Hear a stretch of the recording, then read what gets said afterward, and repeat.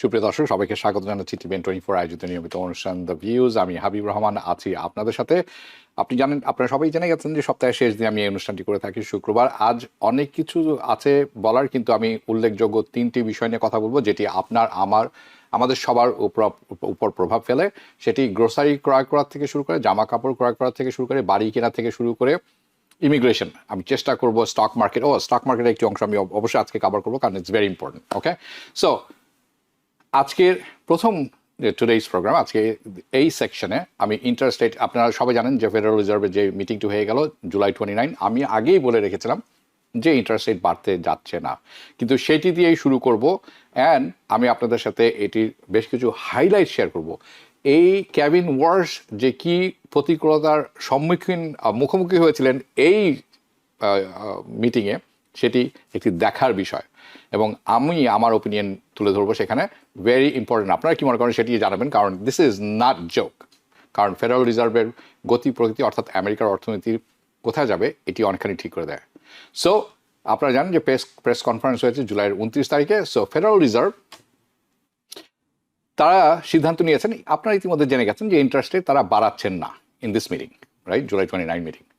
তাহলে interest rate Feds funds report যেটি বলে থাকে আন্তঃব্যাংকের মধ্যে হয়, সেটি যেখানে ছিল 3.75% সেখানে রয়েছে। সো আমি আমার অনেকগুলি অনুষ্ঠানে ইতিপূর্বে গত এক মাস ধরে বলে আসছি যে ইন্টারেস্ট রেট পরিবর্তন হতে যাচ্ছে না জুলাই 29 তারিখে, and I was correct.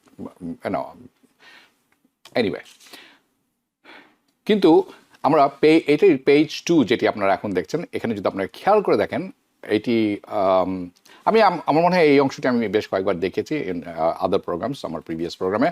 Federal Reserve কিন্তু তারা এখনও অর্থাৎ ডলার প্রিন্ট করে যাচ্ছেন। They continue to print billions of dollars. Okay, তারা একদম they are going at it.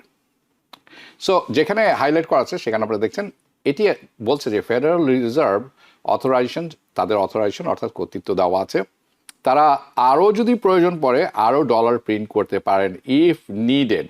And of course বুঝতে পারছেন তারা কি বলতে যাচ্ছে, দে উইল ডু ইট, অর্থাৎ তারা ডলার ক্রমাগত প্রিন্ট করে থাকে। কেন সেটি আমি কিছুক্ষণের মধ্যে তুলে ধরছি। ইটস ভেরি ইম্পর্টেন্ট, আমি আসছি সেই প্রসঙ্গে। সো আমরা এখানে এরকম সাদা মাটানে রেখে ভিডিও হাইলাইটের বেশ কয়েকটি অংশ আমি তুলে ধরবো আপনাদের কাছে। আমার মনে হয় আপনারা এটা খুব ইন্টারেস্টিং পাবেন, কারণ এই লোকের কাছে কোনো উত্তরই ছিল না কোনো কিছুর। কাজেই আমরা দেখব দ্য ফার্স্ট ক্লিপ দ্যাট আমি যেটা আপনাদেরকে দেখাবো সেটা হচ্ছে, আপনারা যদি জেনে না থাকেন তাহলে আপনাদের জন্য, যারা আমার ধারণা সবাই জানেন, কিন্তু যারা জানেন না, কেভিন ওয়ার্স উনি হচ্ছেন ফেডারেল রিজার্ভের নতুন চেয়ারপারসন। উনি যখন এসেছিলেন ফেডারেল রিজার্ভের চেয়ারপারসনেও, বাট উনি কিন্তু অনেক বছর যাবৎ জড়িত, ওবামার সময়ও ছিলেন তিনি, but in the Federal Reserve, but not a chairman. ওনার একটা রেপুটেশন আছে। রেপুটেশনটা কি? উনি টাফ গাই, স্ট্রং ম্যান। কিসের বিরুদ্ধে? ইনফ্লেশন, উচ্চ দ্রব্যমূল্যের ব্যাপারে, মুদ্রাস্ফীতির ব্যাপারে। Okay, he is a tough guy against inflation. উনি নিজের বলে থাকেন zero tolerance for inflation. Okay, আরও উনি বলেছেন যে I am going to eradicate it, আর উনি এটি একেবারে উপরে ফেলে দিবেন একেবারে। ওকে, কিন্তু আপনারা যদি শুনে থাকেন দ্য সিচুয়েশন রাইট নাও যেটি আছে, জেনে থাকেন যে ইনফ্লেশন কিন্তু বেড়েই চলছে। It's elevated, has been elevated actually. So Kevin Warsh কি করলেন তাহলে? কি করেছেন যদি প্রশ্ন করেন, যে উনি তো মাস 2-1 হয়ে গেল, 4 সপ্তাহ 6 সপ্তাহ। What did he do? He did nothing. উনি ইন্টারেস্ট রেট বাড়াননি, রাইট, যেটি সত্য কথা। এবং আচ্ছা, আমি একটু ব্যাখ্যা করার চেষ্টা করি। হিজ থট প্রসেস, উনি কি চিন্তা করছেন এটা বোঝা আমাদের দরকার, কারণ এটার সাথে খুব ইম্পর্টেন্ট। সো আমি আমি আপনাদেরকে দেখাবো, আপনি প্রথমে দেখে নেন, তারপর আমি বলবো। Please take a look the first video. Hi, Ann Saphir with Reuters. Nice to see you again. So I need a little help here too. You've said repeatedly you have no tolerance for inflation, and yet we are seeing above target inflation repeatedly for 5 years and through your term so far. And sure, you have no magic wand, but you have not taken action. You just gave us a little peek at your reaction function as well. you said that if underlying inflation is rising, that you would tend to think that you might need to tighten. And with the exception of the most recent inflation print, that is what we've been seeing. So could you explain what you mean by no tolerance for inflation and what you plan to do about it? Sure. So, Anne, I hear from you what I hear more broadly from households and businesses: impatience. Deliver it already. This is not an excuse. This is a fact. This FOMC, this board has been in business for 8.5 weeks. The patience, the impatience that households and businesses feel have been going on for 63 months. We are on the job. We will deliver. We are focused like a laser on making sure we can do it. But the suggestion that we're going to be able to do it with our magic wand is one I want to disabuse you and everyone else of.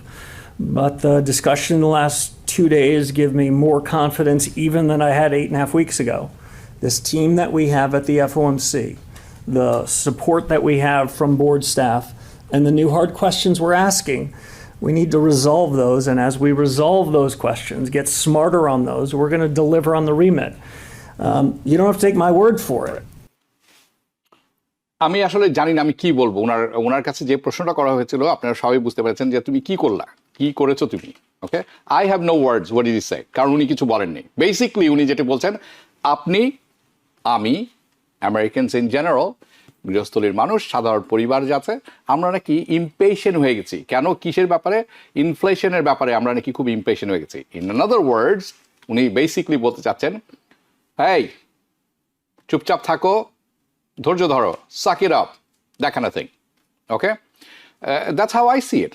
I don't know আপনার thought process কি, কারণ উনি কোনো প্রশ্নের উত্তর দেননি কিন্তু, but that's the way I see it. Okay, so next video clip আমরা যেটা দেখবো সেটি আমি দেখবো। রিপোর্টার জিজ্ঞেস করেছেন যে আপনার কাজ, উনি বাই দ্য ওয়ে এখন কিন্তু উনি বলেছেন যে গত 63 weeks, that means over 5 years, right? আগের মানুষকে উনি দোষ দিচ্ছেন বেসিকলি। আমি আসছি সেই প্রসঙ্গে কিছুক্ষণ মধ্যে। সো রিপোর্টারের প্রশ্ন হচ্ছে যে আপনি যখন কাজে আসছেন, হ্যাঁ, আপনার কাজ হচ্ছে ইনফ্লেশন কমিয়ে আনা, that's your job, right? So আপনি কোনো অ্যাকশন নিলেন না, কিছুই করলেন না। Like what are you waiting? কোনো কিছুর জন্য অপেক্ষা করছেন? কিসের জন্য অপেক্ষা করছেন? কারণ প্রেসিডেন্ট ট্রাম্প তো চাচ্ছে আপনি কমান। সো চলুন দেখে নেই কেভিন ওয়ার্সের রেসপন্সটি কি। I'm struggling a little bit with some of what you've said today, and maybe you can help clarify this. You've said over and over again that your job is to bring down prices, to get prices stable, to hit your target, and that you will hit your target. The market says you're not there yet because they've raised rates, but all you've talked about today is talking about it, and it's not like members of the committee weren't there before you talking about it. So I guess what the American people might be asking is, what are you waiting for? Yeah. So, believe it or not, this press conference is not all I've done today. We have spent an inordinate amount of time in the last 2 days, 2 weeks, looking at our monetary policy strategy, evaluating our tools, thinking hard about the sources of data that we have at our disposal and we wish we had. We've also thought hard about the period ahead. What among these questions will be answered with more clarity, certainly not certainty. So the decision we'd made today, the discussion we had in that room, was the farthest thing from inertia I can imagine. আমি আমি জানি না কি বলবো আপনাদেরকে। ওনাকে জিজ্ঞেস করা ছিল, তুমি যে বলছো কিন্তু কিছু তো করতেছো না, মানে ঘটনাটা কি? আপনি খেয়াল করে দেখেছেন রিপোর্টার বলছেন যে আই এম স্ট্রাগলিং। অ্যাকচুয়ালি আমি প্রথমে বলেছি this meeting was a very difficult and tough meeting for this guy Kevin Warsh, chairman of the Federal reserve.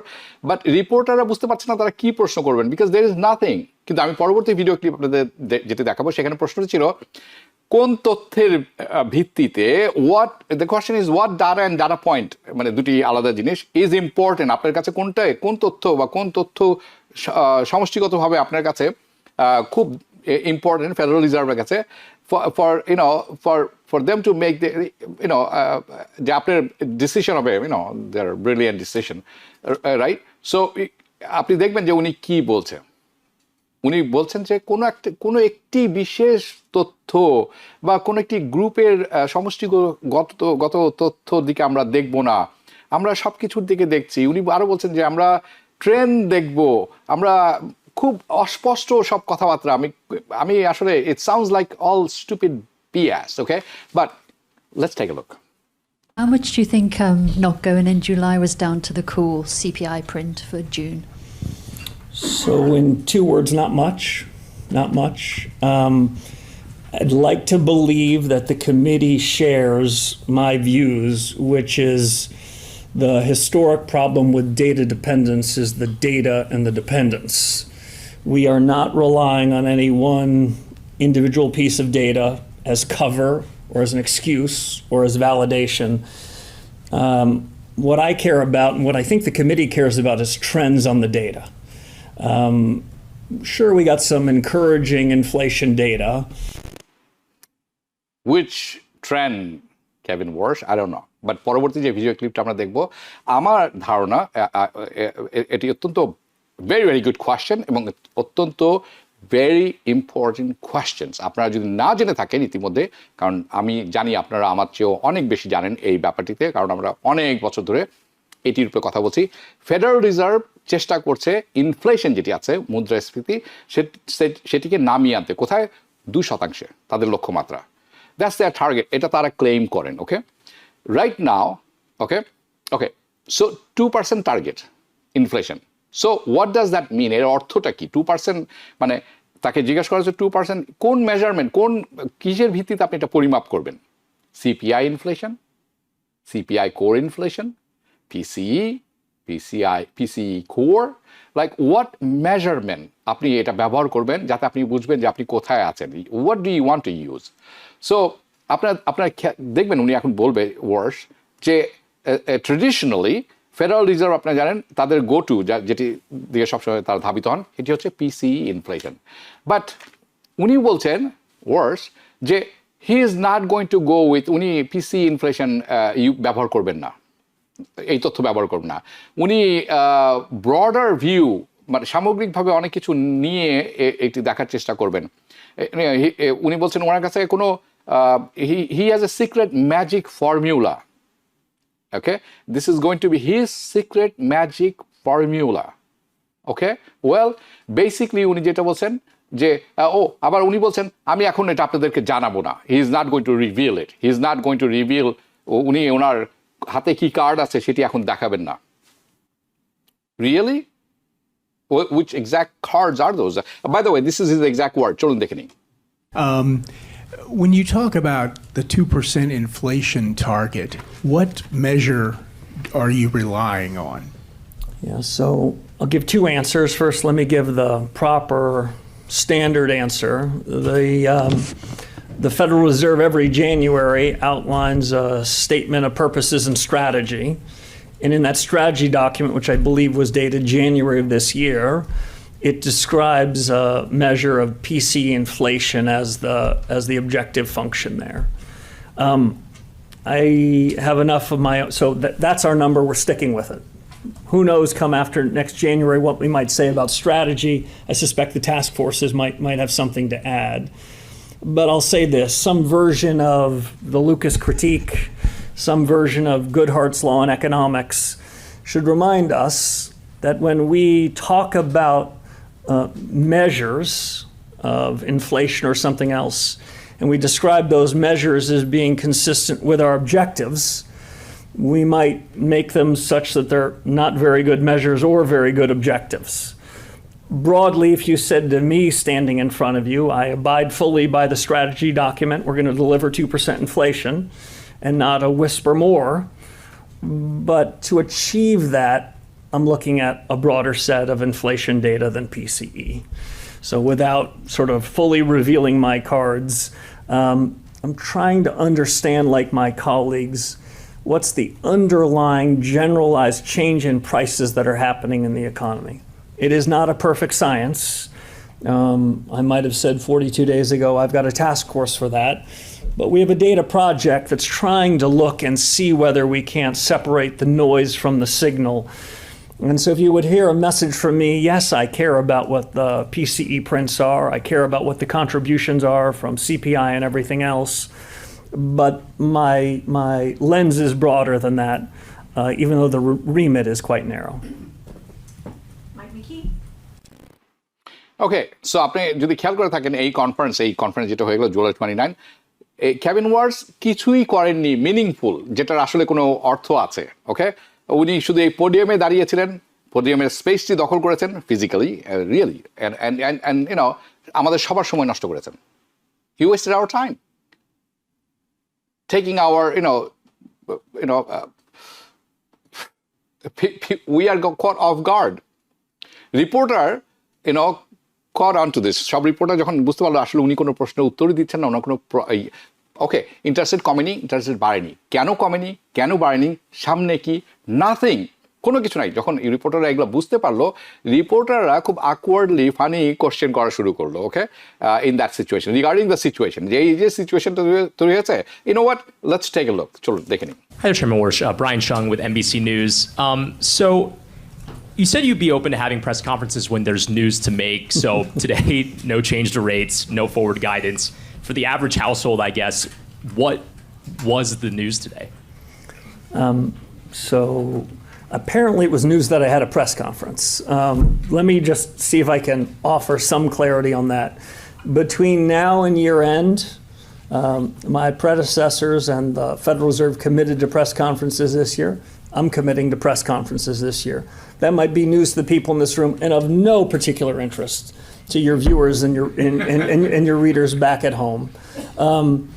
What I can offer as assurance is that the Fed's on the case, that this Fed chairman feels better about this board and this committee's ability to deliver than I did when I showed up here on the first day, and I showed up pretty confident. I've been heartened by the reception that I received. Okay, so আপনারা দেখলেন, no change in interest rate, no forward guidance. আচ্ছা, forward guidance হচ্ছে dot plot, আপনাদের অনেক বেশ কয়েকবার আমি দেখেছি, কে কোন পক্ষে ভোট দিয়েছেন এবং কে কোন পক্ষে ঝুঁকেছিলেন সামনে, এটা আমাদের বলে যে সামনে কি হতে যাচ্ছে। So that's called forward guidance, right? So there is no forward guidance. They continue printing. Federal Reserve এখনো অর্থ মানে ডলার প্রিন্ট করে যাচ্ছে, So নতুন কি? Nothing. Absolutely nothing. আপনারা দেখলেন যে হাসাহাসি হচ্ছে, কোনো কিছু বলো নাই, কোনো কিছু করো নাই, কেন তাহলে আজকের মিটিং কি কারণে? উনি বলেন এই প্রেস কনফারেন্স করতে হবে, এই জন্য করা। What was the point of this press conference? I have no idea. Okay? Because আসলে আমি জানি না, আমি পুরোটি সময় 45 মিনিট ধরে শুনেছি। ওকে, সো আমি বলবো যে এই প্রেস কনফারেন্স ছিল 45 মিনিটস লম্বা, দীর্ঘ, এবং আমি এটিকে কনডেন্স করে আপনাদের জন্য তৈরি করেছি 15 মিনিট 16 মিনিট। ওকে, সো আমি আপনাদের প্রায় 30 মিনিটের মতো বাঁচিয়ে দিয়েছি। সো আপনারা মনে করবেন যে এটাই হলো bright spot, because we got no message. Okay, এটি আমাদেরকে এখন নিয়ে যাবে দ্য হাউজিং মার্কেটের ক্ষেত্রে। আমরা হাউজিং মার্কেট নিয়ে আলোচনা করবো, কারণ এই মিটিংটা হয়ে গেল, এখন হাউজিং মার্কেটে কি হবে। আমি যখন এটি করছি তখন আমি কিছুক্ষণ আগেও ট্রেজারি বন্ড কত ছিল 5 আমি দেখাবো কিছুক্ষণের মধ্যে, আরও বেড়েছে। That's not a good sign. So in this section of this program আমি আপনাদের কাছে হাউজিং মার্কেট আপডেটটা তুলে ধরবো, যেটি আমি প্রতি মাসের শেষে করে থাকি। আজকে 31 তারিখ, আজকে মাসের শেষ দিন। আমরা ফোকাস করবো কিসে? The home price, mortgage interest rate, the latest data যেটা আমাদের কাছে আছে তথ্য, সেটা হচ্ছে জুন মাসে। আমরা জুলাইয়ে দাঁড়িয়ে আছি, জুন মাসে 1 মাসের আগের তথ্য আমাদের কাছে আছে। So this is the July report. July মাসের যেটি আছে এই রিপোর্টটা আসবে অগাস্টে, তখন আমরা অগাস্ট মাসে জুলাইয়ের কথা বলবো। কিন্তু জুন মাসের আমাদের বলছে বাড়ির মূল্য বেড়েছে, কমেনি, কমার কোনো গান বাজনা নেই। ওকে, এটি বেড়েছে 0.3%। গত মাসের তুলনায়, অর্থাৎ মে মাসের তুলনায় জুন মাসেই শুধু বেড়েছে 0.3%। So that's a month over month growth. গত বছরের জুন, অর্থাৎ 2025 জুন মাসের সাথে যদি তুলনা করেন এই বছরের জুন মাসের, তাহলে কিন্তু ব্যাপক পার্থক্য ধরা পড়বে। গত এক বছরে বাড়ির মূল্য বেড়েছে 3% compare to June 2025। So 3% growth year over year. এই তথ্য কোত্থেকে আসছে? এই তথ্য আসছে রেডফিন থেকে। ওকে, না, যেটি আপনারা দেখছেন সেটিও রেডফিন থেকে আসছে। ওকে, দিস এই যে এখন পরবর্তী আরেকটি দেখায় আমি আরেকটি, ওকে থ্যাংক ইউ।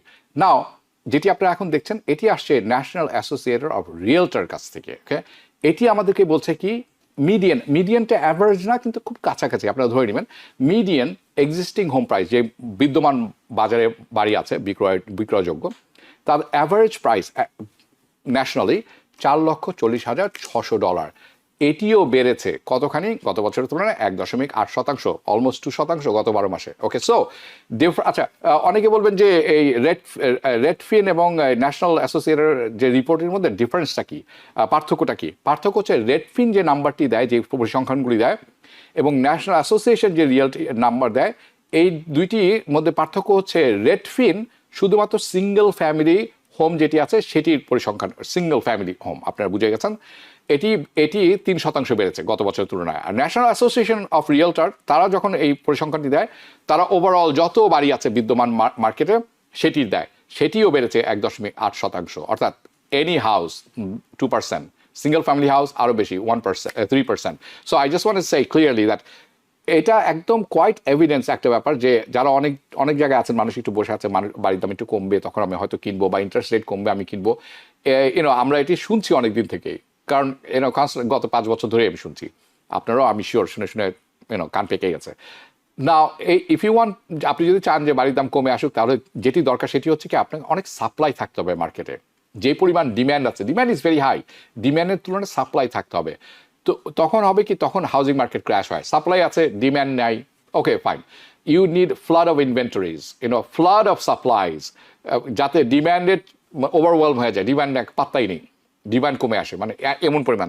নাও কিন্তু ইনভেন্টরি কিন্তু একেবারে স্থবির, it's stagnant. Okay, there is currently এই মুহূর্তে কত আমরা যদি দেখি, যেটি আপনারা এখন দেখছেন, এই মুহূর্তে বাজারে বিদ্যমান আছে 1.56 মিলিয়ন বাড়ি বিক্রয়যোগ্য সেলের জন্য। এটি অবশ্য বেড়েছে 1.3% কম্পেয়ার টু গত বছরের তুলনায়। So 4.6 months. ওকে, সাপ্লাই যদি আমরা ধরে নেই যে 4.56, অর্থাৎ 5 মাসের সাপ্লাই যদি আমরা ধরে নিই, আনসোল্ড হোম মার্কেটে বিদ্যমান আছে। 12 মাস আগে এটি ছিল 4.6%, অর্থাৎ সাপ্লাই ছিল 6%। নো চেঞ্জ, কোনো পরিবর্তন সেখানে, কোনো ইনভেন্টরি যোগ হয় নাই সেই গত 1 বছরে সেরকমভাবে। So as you can see, আপনি কিন্তু তারপরে আপনি কিন্তু একটা জিনিস আপনাদের দেখাই, এটি আপনারা দেখবেন, এই যে এরকম হেডলাইন দেখবেন আপনারা অনেক সময়। হেডলাইন বলছে কি, ফর এক্সাম্পল, এই আর্টিকেল পাবলিশ হয়েছে জুলাই মাসে, আমার মনে হয় 16 তারিখ বা 20 তারিখের থেকে, আমার ঠিক খেয়াল নেই, জুলাই 16 নিচের ডেট আছে। এটি বলছে ফরক্লোজারের সংখ্যা বেড়ে গেছে। কতখানি বেড়ে গেছে? 21% বেড়ে গেছে। ভীতিকর পরিস্থিতি। এরকম যখন শুনবেন, sounds really scary. If you just read the headline, খালি শুধু হেডলাইন যদি দেখেন, তার অর্থ হবে যে ও মাই গড, মনে হয় বাজারে অনেক পরিমাণ বাড়ি, বিক্রয়যোগ্য বাড়ি চলে এসেছে এবং হাউজিং মার্কেট ক্র্যাশ মনে হয় খুব তাড়াতাড়ি হয়ে যাবে। বাট আপনি যখন you go beyond the headline, detail দেখেন আপনি, let's look into the details, right? আপনি দেখবেন ফাইন প্রিন্টে, so let's take a look at it. এটি যেটি আপনারা দেখছেন, এটা হলো পরিসংখ্যানটা হচ্ছে ফরক্লোজার ডাটা, দেউলিয়া হয়ে যারা ব্যাংকের হাতে তুলে দেন বাড়ি, ফরক্লোজারে চলে যায়। এটিও রিলিজ করা হয়েছে জুলাই মাসে, অর্থাৎ এই মাসেই।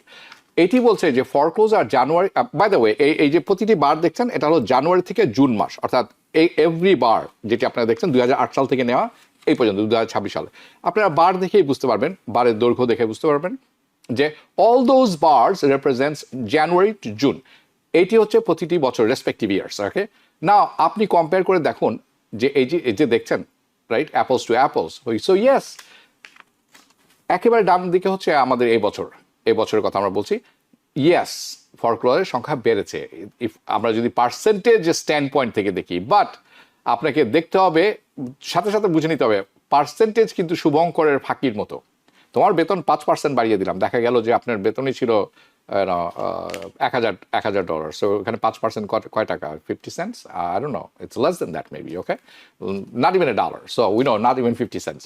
So পার্সেন্টেজ হচ্ছে খুব ফাঁকি ঝুঁকির একটা ব্যাপার, মিসলিডিং, কারণ that's a big percentage jump, যেটি আমি দেখালাম 21% ফ্রম এ স্মলার বেস। ছোট্ট একটি বেস থেকে আপনি যদি এটারে 100% নেন, এটার 21% is of course a big deal. But আপনি যদি take a look at the foreclosure, আপনি খেয়াল করে দেখেন half of 2026 আপনি দেখবেন সর্বসাকুল্যে 2,27,548টি বাড়ি ফরক্লোজারে গিয়েছে। আপনি যদি এই ফিগার, এই পরিসংখ্যানে, আমি যদি একটু পিছনে যাই প্লিজ, ওকে থ্যাংক ইউ, আপনি যদি এই পরিসংখ্যানটাই নেন এবং কম্পেয়ার করেন 2008 সাল, 2009 সাল, 2010 সাল, 2010 সাল, তখন দেখবেন যে সেই সময় হাউজিং মার্কেট ক্র্যাশের কথা বলছি, 1.65 মিলিয়ন বাড়ি তখন এই সেম সময়ের মধ্যে ছিল ফরক্লোজারে। সো আরেকটি ব্যাপার আমি বলি, ঠিক আছে 2010 সাল নাগাদ 1.5 লক্ষর উপর বাড়ি ফরক্লোজারে চলে গেছিল, কিন্তু বাড়ির দাম তখনও কম ছিল, একেবারে কিন্তু তলানিতে আসেনি। তখনও তলানিতে আসতে সময় লেগেছে 2012 সাল, অর্থাৎ 2008 সালে শুরু হয়েছে, 4 বছর পরে গিয়ে একদম রক বটমে হিট করেছে। সো আপনি যদি ওই দলের হয়ে থাকেন, বাড়ি কমতেছে, মূল্য কমছে, ইন্টারেস্ট রেট কমছে, আমি বসে আছি, যখন এটা বটমে হিট করবে আমি কিনবো at the next housing crash, good luck. যদি এভরিথিং প্লেজ আউট সিমিলারলি, যেটি আপনারা দেখছেন পরিসংখ্যান, যদি এভাবেই চলে মার্কেট ক্র্যাশ, হ্যাঁ হবে, আপনাকে অপেক্ষা করতে হবে 2026, 5 বছর, 2031 সাল, মেবি 32 সাল, 2033 সাল, ওকে, যদি আপনি সেই দলের লোক হয়ে থাকেন। সো আপনাকে যে ওকে, আমি বুঝতে পারি কেন আমরা সবাই চাই যে বাড়ির দাম একটু কমুক, দ্যাট মেক্স সেন্স, ওকে, কারণ অ্যাফোর্ডেবিলিটির একটি ব্যাপার আছে, আমি সেটা বুঝি। বাট আপনাকে বুঝতে হবে যে এই যে পরিসংখ্যানগুলো আপনি দেখছেন এবং আপনি এই পরিসংখ্যান দেখার পরে যদি কিছু না বোঝেন, তাহলে আপনি কিন্তু ফ্যান্টাসি ল্যান্ডে বাস করছেন এবং আপনি আশা করছেন কিছু একটা হবে, আমরা বলি ইমপ্রবাবল, অসম্ভব, অলমোস্ট অসম্ভবের মতো আর কি একটি ব্যাপার। You are hoping something that is improbable, যেটি আপনি অপেক্ষা করছেন যে কোনো সময় ঘটতে পারে। That's not gonna happen. Okay, how about, আপনার প্রশ্ন হতে পারে আমরা আরো বাড়ি তৈরি করছি না কেন, why are we are not making more houses, right? যেটি আপনি দেখছেন এটি হলো বাড়ি তৈরির পরিসংখ্যান, গত 3 মাসে কতগুলি বাড়ি তৈরি হয়েছে। ওকে, এই ফিগার ইটস এ স্টেবল, গত 4 বছর ধরে, 4 years, 3-4 years, একেবারে মানে যেরকম দেখছেন সেরকম বিগ, মানে কবে থেকে, প্যান্ডামিকের সময় থেকে ধরে নিতে পারেন আপনি। আপনি যেটা দেখছেন না সেটি হচ্ছে নতুন ইনভেন্টরি এসে ঢুকছে না, যা বিদ্যমান আছে সেটি নিয়ে কাজ চলছে, নতুন কোনো কনস্ট্রাকশন আসছে না। Not to mention that yes they are, আমি জানি দে আর বিল্ডিং দ্য অনেক কোয়ান্টিটি বাড়ি তৈরির কথা আমরা শুনছি, at least they are starting home, একদম প্রথমবার যারা বাড়ি কিনতে চান তাদের জন্য। But you have to remember যে hundreds of thousands of home, আপনি যে পরিমাণ বাড়ি তৈরি করা হচ্ছে, আপনাকে খেয়াল রাখতে হবে লক্ষ লক্ষ বাড়ি প্রতি বছর ডেস্ট্রয় হয়ে যায়, ধ্বংস হয়ে যায় এ দেশে বিভিন্ন কারণে। সংখ্যাটি আপনাদের জানাই, প্রতি বছর 3,50,000 বাড়ি ডেস্ট্রয়েড হয়ে যায় বিভিন্ন কারণে, ঘূর্ণিঝড়, ফায়ার, আগুন লাগা একটি অন্যতম কারণ each year. Okay, so by the way, আমি যে আগুন লাগার কথা বলছি এটা কিন্তু ওয়াইল্ড ফায়ারের কথা বলছি না, ন্যাচারালি আগুন লেগে গেছে বাড়িতে সেটার কথা বলছি। So now if you take a look at the mortgage, এটি যখন আমরা বলছি মর্গেজ রেটটি একটু দেখে নিই আমরা। মর্গেজ রেট আজ সকালে, আমি শিওর এটি মানতে পারবে কারণ এটি প্রতি সপ্তাহের হয়। আমি গতকালকে যখন কাজ করছিলাম, অ্যাকচুয়ালি আজকে সকালে যখন কাজ করছিলাম এই প্রোগ্রাম নিয়ে, তখন আমি এটা রেকর্ড করেছি। আপনার প্রথমটি যেটি দেখছেন 30 year ফিক্সড মর্গেজ 6.66, যেটি নিচে সেটি হলো 15 year ফিক্সড মর্গেজ। আমরা 30 year ফিক্সড মর্গেজ নিয়ে কথা বলবো। So that's the average mortgage interest rate 30 year fixed, currently 6.66%. That is high. কি হচ্ছে, what is going on now, যেটি আপনারা এখন দেখছেন এটি ভেরি ইম্পর্টেন্ট বোঝার জন্য, to understand that mortgage interest rate হাতে হাত ধরে চলাফেরা করে, ওঠানামা করে, দুঃখিত। ইন্টারেস্ট রেট যেটি আছে, সরকারি লোন কত, রাজস্ব লোন কত আমেরিকার, সেটির এটি হলো স্পেসিফিকলি যদি বলতে চান 10 বছরের ট্রেজারি নোট যেটি আছে সেটির উপর ভিত্তি করে এটি ওঠানামা করে। Now just take a look at this correlation, আপনি দেখবেন দুটি লাইন পাশাপাশি আছে। ব্লু লাইন যেটি আছে এটা হলো অ্যাভারেজ ইন্টারেস্ট রেট 30 বছর ফিক্সড মর্গেজ। গোল্ড লাইন যেটি আপনারা দেখছেন সেটি হচ্ছে 10 বছরের ট্রেজারি নেট। আপনারা খেয়াল করে দেখবেন একেবারে হাতে হাত ধরে ওঠানামা করছে, এইরকম সম্পর্ক এই দুটির interest rate. So it is very simple concept. Now if you think about it, তাহলে দেখবেন যে আপনি যদি মনে করেন আপনি লোন দিবেন, আপনি যদি সরকারকে লোন দেন, কিভাবে আপনি সরকারকে লোন দেন সেটি হচ্ছে আপনি 10 বছরের ট্রেজারি নোট কিনলেন, যার জন্য সরকার আপনাকে US government will pay you 4.6% interest rate. Now governments আপনাকে পে ব্যাক করবে ফুল, ইটস কারণ এটা গ্যারান্টিড, বিকজ দে ইউনো তারা যদি তাদের অর্থ যদি ডলার শেষও হয়ে যায় তারা প্রিন্ট করবে নতুন করে, it doesn't matter, they will pay you back, it's a guaranteed thing, right? Now আপনি যদি এই অর্থটি অন্য কাউকে লোন দেন, ফ্রেন্ডস, ফ্যামিলি, বাড়ি কেনার জন্য, এবং তারা আপনাকে বললো আমি তোমাকে 4.6% শতকরা হারে লভ্যাংশ দিব। নাও মোস্ট লাইকলি আপনি নো বলে দিবেন, কারণ আপনি জানেন যে এই মানুষটা আপনার টাকা ফেরত নাও দিতে পারে এবং ডিফল্ট হয়ে যেতে পারে, ইচ্ছা থাকলেও দেখা গেল যে পারেনি সে, রাইট? আপনি লুজ করবেন কি, you lose your money, their home value might go down. এমন হতে পারে যে ঠিক আছে বাড়িটি ক্রয় করেছেন কিন্তু বাড়ির দাম কমে গেছে, এরকম হতে পারে। নাও এই যে পজেশন অফ দেয়ার হোম যেটি কথা বলছিলাম, যেটি করেছেন, ক্রয় করে গেছে, নাও তারা কিন্তু আপনার কাছ থেকে অর্থ নিয়ে কিনেছে, আপনি স্টিল লুজ করবেন, you can lose money. So why would you, আপনি কেন এই রিস্কটা নেবেন? আপনি কি করবেন, সরকারের যে অফারিংটা আছে গভর্নমেন্টে, ইউএস গভর্নমেন্ট 4.6% গ্যারান্টিড, এটার বিরুদ্ধে তো আপনি ওই অবস্থায় যাবেন না। That's why there is gonna B a premium, এটার একটি প্রিমিয়াম আছে। এটি যখন উপরে যায়, এই ইন্টারেস্ট রেট যখন উপরে যায়, মর্টগেজ রেট বেড়ে যায় and the government debt. Okay, so when the premium goes up, the interest rate on the government debt goes up. That makes sense, right? Okay, now আপনি যদি এখন এটার কোয়ারিলেশনটা দেখেন, এটা সম্পর্ক দেখেন উঠানামার, তাহলে here is what's going on. কি হচ্ছে, ইন্টারেস্ট রেট যেটি আছে ট্রেজারি নোট, এটি এখন বাই দ্য ওয়ে, এটি আমি যখন অনুষ্ঠান করছিলাম 4.65%, let's take a look at it, 5 year chart যেটি আমরা দেখছি, এটি 4.65%, 4.65। আমি হাসছি এই কারণে, আমি এই অনুষ্ঠান শুরু হওয়ার কিছুক্ষণ আগে যখন চেক করলাম দেখলাম 5.26 10-year treasury note.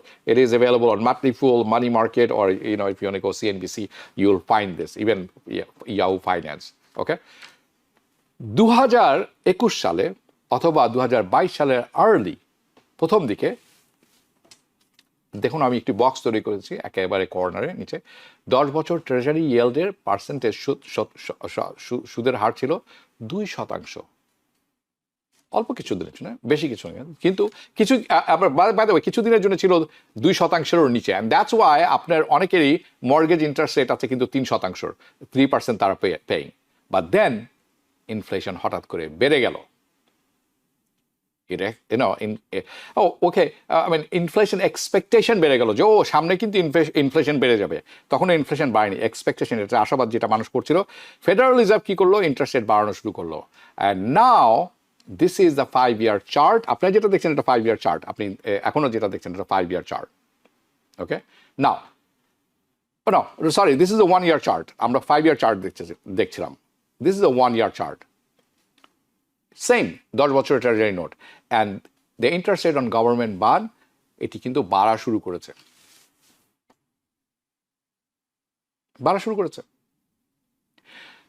কবে থেকে? যখন থেকে ইরান যুদ্ধ শুরু হয়ে গেল। প্রশ্ন হচ্ছে কেন, why did this happen?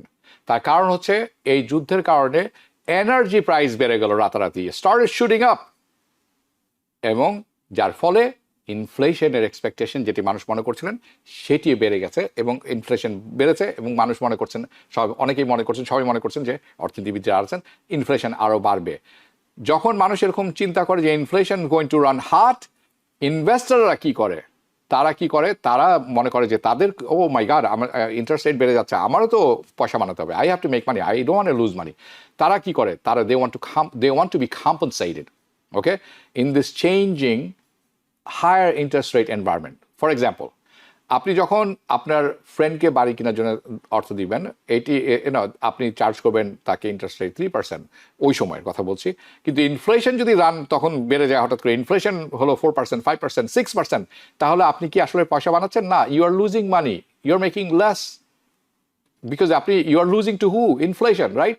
So the energy price যখন সারা বেড়ে গেল, ইনফ্লেশন এক্সপেকটেশনও বেড়ে গেল, ইন্টারেস্ট রেট সরকারের যে বন্ড আছে সেটাও বেড়ে গেল, ইন্টারেস্ট রেট। দ্যাট যার ফলশ্রুতিতে মর্টগেজ ইন্টারেস্ট রেট বেড়ে গেল, when up.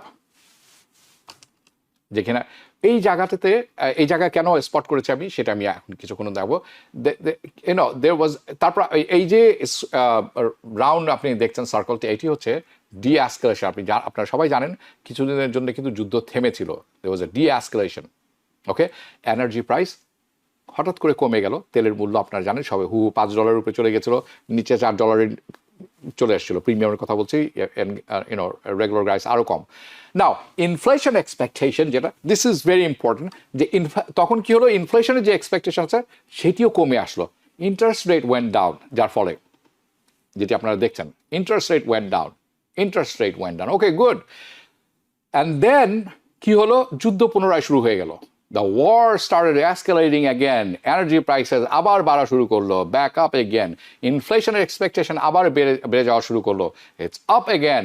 And the interest rate and এই উইকেন্ডে this weekend আমরা জানি যুদ্ধ আবার ব্যাপক আকার শুরু করেছে এখন শুধু ইউএস না ইরানও কোনো কথাবার্তা ছাড়াও মিসাইল আক্রমণ শুরু করে দিয়েছেন okay in another words they are escalating again so energy price আবারও বেড়ে যাচ্ছে ইনফ্লেশন এক্সপেকটেশন আবারও বেড়ে যাচ্ছে ইন্টারেস্ট রেট গভর্নমেন্ট ডেট যেটা আছে অলরেডি বেড়ে গেছে আপনারা যেটা দেখছেন 4.6% এখন এই মুহূর্তে I was just checking it's 5.26% so আমি যেটি বলতে যাচ্ছি যে অনগোয়িং তার উপর কিন্তু ফেডারেল রিজার্ভ অর্থ প্রিন্ট করছেনই ডলার প্রিন্ট করে যাচ্ছেন that's not helping the situation either নর দ্য ডি-ডলারাইজেশন আপনারা জানেন অনেকেই কিন্তু ডলার থেকে সরে আসছেন স্পেশালি ইউরোপ অ্যান্ড ওয়েস্ট এশিয়াতে অনেক বিজনেস হচ্ছে চায়না এবং আফ্রিকাতে যারা ডলার ব্যবহার করছে না সো ডলারের যে ডি-ডলারাইজেশন শুরু হয়েছে তার অর্থ কি এটার ভ্যালুটা কমে আসবে বা কমে এসেছে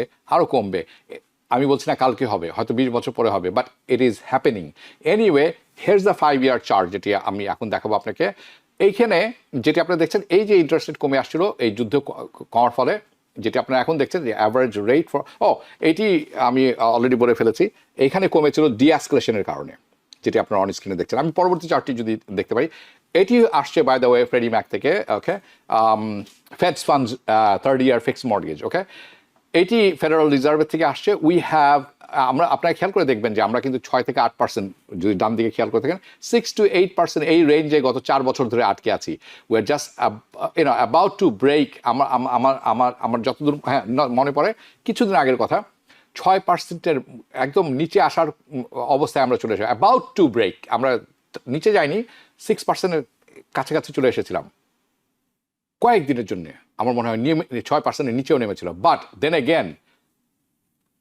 আমি যদি পরবর্তী স্ক্রিনটি দেখি ওকে যেখানে আমি সার্কেল করেছি ওইখানে ঠিক নেমে এসেছিল কয়েকদিনের কয়েকদিনের জন্য হাতে গোনা 4-5 দিনের জন্য কিন্তু তারপর আবার শুরু হয়ে গেল ইরান যুদ্ধ and now you are asking এখন কি হবে এই প্রশ্ন উত্তর আমার কাছেও নেই তার কারণ কি আমার হাতে কোনো ক্রিস্টাল বল নেই কোনো জাদুকরি কিছু নেই যে আমি আপনাকে বলে দিব কি সামনে কি হতে যাচ্ছে আই ক্যানট কেন আমি বলতে পারছি না সেটিও আমি আপনাকে বলছি I want to say this that আপনি যদি জানতে চান যে মর্টগেজ রেট ইন্টারেস্ট রেট ওটা কি উপরে উঠবে নাকি এটা নিচে নামবে এখান থেকে আমাকে জিজ্ঞেস করলে এটির প্রশ্নের উত্তর নেই আপনাকে জিজ্ঞেস করতে হবে you have to look at interest rate কয়েকটি জিনিসের উপরে ডিপেন্ড করবে আপনাকে দেখতে হবে 10 বছরের ট্রেজারি নোট এটা কোথায় আছে এটির উপরে ডিপেন্ড করবে একটি অংশ Okay, if you want to know interest rate 10 বছরের ট্রেজারি নোট যদি এটা উপরে যায় এটা উপরে যাচ্ছে না নিচে যাচ্ছে ওয়েল দেন আপনাকে আরো দুজন মানুষ আছে যাদেরকে এই প্রশ্ন আপনি করতে পারেন আপনি জিজ্ঞেস করতে পারেন প্রেসিডেন্ট ট্রাম্পকে ask him উনি কি করতে যাচ্ছেন সামনে যুদ্ধ বাড়াবেন না যুদ্ধ কমাবেন what is the situation we are in of course যদি যুদ্ধ বাড়ে ইটস বিকজ এনার্জি প্রাইস বেড়ে যাবে ইনফ্লেশন এক্সপেকটেশন বেড়ে যাবে অন্য যে ব্যক্তিকে আপনি জিজ্ঞাসা করতে পারেন যেটি আমি অনুষ্ঠানের শুরুতে দেখাচ্ছিলাম Kevin Warsh chair of the Federal Reserve what is his going to do তার মনিটারি পলিসিটা কি হবে ইন্টারেস্ট রেটটা কি হবে অর্থ প্রিন্ট করা কি বন্ধ করবেন না কমাবেন নাকি করেই যাবেন ক্রমাগত so that's the short term এই হচ্ছে এখনকার অবস্থা we don't know because we don't have a crystal বল এরা এমন এরাটিক সব ব্যবস্থা নিচ্ছেন কথাবার্তা বলছেন যে অনুমান করা, we can't read their minds. আমরা কেউই প্রেসিডেন্ট ট্রাম্পের কী চিন্তা করছেন, তার মাথার ভিতরে কী ঢুকছে বোঝার উপায় নেই। নর আমরা জানি যে ফেডারেল রিজার্ভ কী করতে যাচ্ছে, কেভিন ওয়ার্স কী করতে যাচ্ছে, but there is no major changes. যদি কোনো পরিবর্তন না ঘটে, এই যে যুদ্ধ চলছে, যদি কোনো পরিবর্তন না ঘটে অর্থনৈতিক পলিসি, যে পলিসি তারা এখন গ্রহণ করে রেখেছেন, আমরা কিন্তু এই 6 থেকে 7% এই মর্গেজ রেটে স্টাক থাকবো ফর ফরসিয়েবল ফিউচার, যতদূর আমি দেখছি, at least for this year. Okay, so this gives you an update আমাদের current housing market situation, current interest rate situation. Now I will really go over few things. Stock মার্কেটে যারা আছে, দুটি কথা আমি এখানে বলতে চাই। আপনারা দেখবেন বড় বড় কোম্পানির আর্নিং ঘোষণা করা হয়ে গেছে, অ্যামাজন অ্যান্ড অ্যাপল, মাইক্রোসফট। একটি বড় ব্যাপার হচ্ছে, আমি কিছুদিন আগে আপনাদেরকে বলেছিলাম I had a position with Microsoft 3 or 4 weeks ago, যখন এটি কমে এসেছিল 343-তে, আমি সেই সুযোগ পাইনি, আমি 355-এ ক্রয় করতে পেরেছিলাম। যখন when it hit 400 I sold it. এইটা একটি শিক্ষণীয় ব্যাপার। কিন্তু আজ কারণ কি, আজকে টুডে মাইক্রোসফট ইজ 461। সো আমার সাধারণ মানুষের মতো, আমার মতে যেটি হচ্ছে, ও মাই গড, যদি আজকে ধরে রাখতাম আমি পার শেয়ারে লভ্যাংশ নিয়েছি $40 or $50, এটি $120 হতে পারতো। What can we learn from this? আমরা কি শিখতে পারি? স্টক মার্কেট 90% মানুষ পয়সা হারায় এখানে, খুব কম মানুষই পয়সা নিয়ে বাসা যেতে পারে। আপনি যখন দেখবেন আপনি ভালো পরিমাণ আপে আছেন, right, sell it, don't take risk, that's one thing. Second thing আপনাকে যেটা শিখতে হবে সেটা হচ্ছে মানি ম্যানেজমেন্ট। আপনার যদি $100 থাকে, আপনি বড় জোর 65 to 70% আপনি বিনিয়োগ করতে পারেন। 100% বিনিয়োগ করলে আপনি শেষ হয়ে যাবেন। That's one thing. Second thing, সামনে কি আছে আপনি দেখবেন যে অ্যাপল ইট ফেল টুডে, মাইক্রোসফট অ্যাকচুয়ালি রোজ 16%, অ্যাপল 7%। এটি কি অ্যাপলের জন্য কোনো ব্যাপার? নো, তারা প্রাইস বাড়িয়েছেন, দ্যাটস ওকে, কিন্তু তারা যেই প্রোডাক্ট বানাতে যাচ্ছেন, তাদের যে জিনিসগুলি দরকার, চিপসেট, এটির স্বল্পতা দেখা গেছে। তার অর্থ কি, চিপসেট যদি এনাফ না থাকে তাদের তো সেল বাড়বে না, এই আশঙ্কায় 7% কমেছে। I have total confidence in Apple, to be honest with you. I'm not saying go buy it. I am a random guy. Don't listen to me. I'm not a financial advisor. This is a disclaimer. Okay? Now, আমি যেটি বলছিলাম, yes, I was right. 5.25% 30-year treasury bond চলে গেছে। Okay? Now, what does this mean? আপনারা দেখবেন যে Microsoft বেড়েছে 16%। খুব ভালো কথা। আপনার জন্য এখানে কি আছে? আপনাকে জানতে হবে, are you an investor or you are a trader? আপনি কি মার্কেট দেখে আপ এন্ড ডাউন করবেন, বুঝবেন, নাকি আপনার পাশের বাসার খালেদ ভাইয়ের কথা শুনে, জাস্ট র্যান্ডম নেই, ওকে, না হরিদাসের কথা শুনে আপনি স্টক কিনবেন? Don't do it, and if you do it, আপনার সর্বনাশ হয়ে যাবে। আপনাকে এখানে সময় ব্যয় করতে হবে। আমি বলছি যে I took a position today with Meta because I think Meta is going to do well. If you ask me, by the way, again, this is a disclaimer. আমার কথা শুনে কোনো কিছু ক্রয় করবেন না, কোনো কিছু সেল করবেন না। Do it on your own. I'm not a financial advisor. Look into PLTR. Palantir বলে থাকে, PLTR is the stock symbol. তার আর্নিং আছে আগামী অগাস্টের 3 তারিখে। According to fundamental analysis, এটি ভালো করবে, খুব ভালো করবে। Right now, এটি কিন্তু it lost about 30% of its value. More than 30, actually 40%. Okay? Drop করেছে বিভিন্ন কারণে, there's a lot of reasons. So that's that part. Now, আমি আসবো একটু ইমিগ্রেশনের পার্টে। ইমিগ্রেশন পার্টটা অত্যন্ত জরুরি, কারণ অ্যাসাইলাম একটি বড় পরিবর্তন, অনেকগুলি পরিবর্তন এসেছে, সবগুলি করা সম্ভব নয় কারণ সময় আমাদের হাতে খুব কম। এয়ারপোর্টে আইস নতুন করে ধরপাকড়া শুরু করেছে। So if you have any issue with law enforcement, any removal case, আপনার ক্রিমিনাল কেস আছে, domestically don't do it, fly করার দরকার নেই, too risky. Number 1, work permit ভালো করে চেক করে নেবেন, অথরাইজেশন এক্সপায়ার হয়েছে কি এক্সপায়ার হয়নি, make sure you do it. অ্যাসাইলেমের যে পরিবর্তনটি এসেছে সেটি হচ্ছে খুব সিম্পলভাবে তারা যেটি বলছেন যে অ্যাসাইলেম যখন আপনি সাবমিট করবেন, এক্সকিউজ মি, তখন আগে কি হতো, সাবমিট করেছেন, আপনার অ্যাপ্লিকেশন রিভিউ হয়েছে, এটি একজন অফিসারের কাছে গেছেন, অফিসার আপনার ইন্টারভিউ নিয়েছেন, তারপরে তিনি অ্যাপ্রুভ করেছেন অথবা ইমিগ্রেশন কোর্টে পাঠিয়েছেন, right, whatever the case is. এটি ছিল প্রসেস। এখন কি হয়েছে, আপনি স্বয়ংক্রিয়ভাবে সাবমিট করবেন। বাই দ্য ওয়ে, এটা নতুন ফর্ম এসেছে, এই ফর্মটা আমার মনে হয় অগাস্টের 18 তারিখ থেকে, yes I think so, yes অগাস্টের দেখে নেবেন একটু, অগাস্টের 18 তারিখ এরকম হবে। Afzal Karim watching from Long Island, thank you. পরিবর্তনটা কি? পরিবর্তনটা হচ্ছে আপনি যখন সাবমিট করবেন, এই সাবমিশনটা যাবে অ্যাসাইলাম অফিসারের কাছে। অ্যাসাইলাম অফিসার যদি দেখে মনে করে যে এটির কোনো ম্যারিটই নাই, সে আপনাকে সম্পূর্ণভাবে এটা ইমিগ্রেশন কোর্টে পাঠিয়ে দিবে। আপনার কোনো ইন্টারভিউ হবে না, there is no interview, based on your application. সুবিধাটা কি? সুবিধা হচ্ছে তারা যেটি বলছেন যে কেসগুলো ত্বরান্বিত হবে, খুব দ্রুত নয়। অসুবিধাটা হচ্ছে কি, সবসময় অ্যাপ্লিকেশন এবং কাগজপত্র পড়ে একটা কথা বোঝা মুশকিল। অনেক সময় যখন ফেস টু ফেস ইন্টারভিউটা হয়, তখন আপনি অনেক কিছু বোঝাতে পারঙ্গম হবেন, সক্ষম হবেন, যেটি লেখে অনেক সময় বোঝানো সম্ভব নয়। এটি একটি ব্যাপার যেটা মিস হবে। এখন নতুন ফর্মে যদি না করেন কি হবে, এটি একটি ব্যাপার। সেকেন্ড হচ্ছে কারা কারা এটির ভুক্তভোগী হবেন। একটি হচ্ছে আপনি সাবমিশন ফাইল করেছেন, বাই দ্য ওয়ে এটা দুইটা অংশ ভাগ। একটি হচ্ছে আপনি শুনছেন যে কি করা উচিত নয়, এবং আপনি বুঝে যাচ্ছেন যে কি করতে হবে। আপনি যখন অ্যাপ্লিকেশন সাবমিট করবেন, আপনার অ্যাপ্লিকেশন সম্পূর্ণ নয় বা গল্পটি মানে পুরোপুরি তুলে ধরতে পারেননি, এভিডেন্স পুরোপুরি দিতে পারেননি, সব কিছু সাবমিট করেন নাই, তাহলে কিন্তু আপনারটা খারিজ হয়ে যাবে এবং আপনাকে সোজাসুজি ডিনাই করে পাঠিয়ে দিবে ইয়াতে, ইমিগ্রেশন কোর্টে। ওকে, নো ইন্টারভিউ।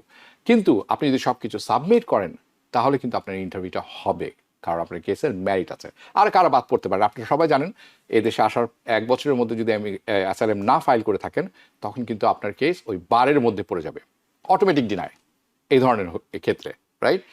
তো এরা এই সমস্ত যেটি আছে সেটি কিন্তু সাথে সাথে ডিনাই হয়ে যাবে। তা আপনি কি করবেন? মেক শিওর আপনি একজন লয়ারের সাথে বসবেন, আপনার অ্যাপ্লিকেশনটা সম্পূর্ণভাবে ফাইল করবেন, সম্পূর্ণভাবে ফিল আপ করবেন, মেক শিওর আপনি অল এভিডেন্স প্রোভাইড করবেন, কোনো গ্যাপ রাখবেন না, এবং সময় মতো সব কিছু করে দিবেন। নাও এখন কথা হচ্ছে, ইমিগ্রেশন কোর্টে পাঠালে কি রিমুভালে চলে যাবে? নো, রিমুভালে তো অবশ্যই যেতে পারে, কিন্তু তখন আপনি কি করবেন এটি নিয়ে পরবর্তীতে আলোচনা করব। যে যেখানে থাকবেন ভালো থাকবেন, সুস্থ থাকবেন, দেখা হবে পরবর্তী অনুষ্ঠানে। এখনকার মতো বিদায় নিচ্ছি, শুভরাত্রি।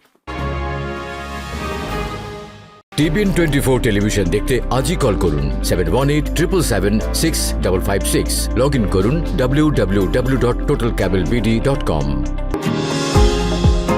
নিউ ইয়র্ক থেকে সম্প্রচারিত TBN 24 টেলিভিশন বিশ্বজুড়ে বাঙালির কণ্ঠস্বর।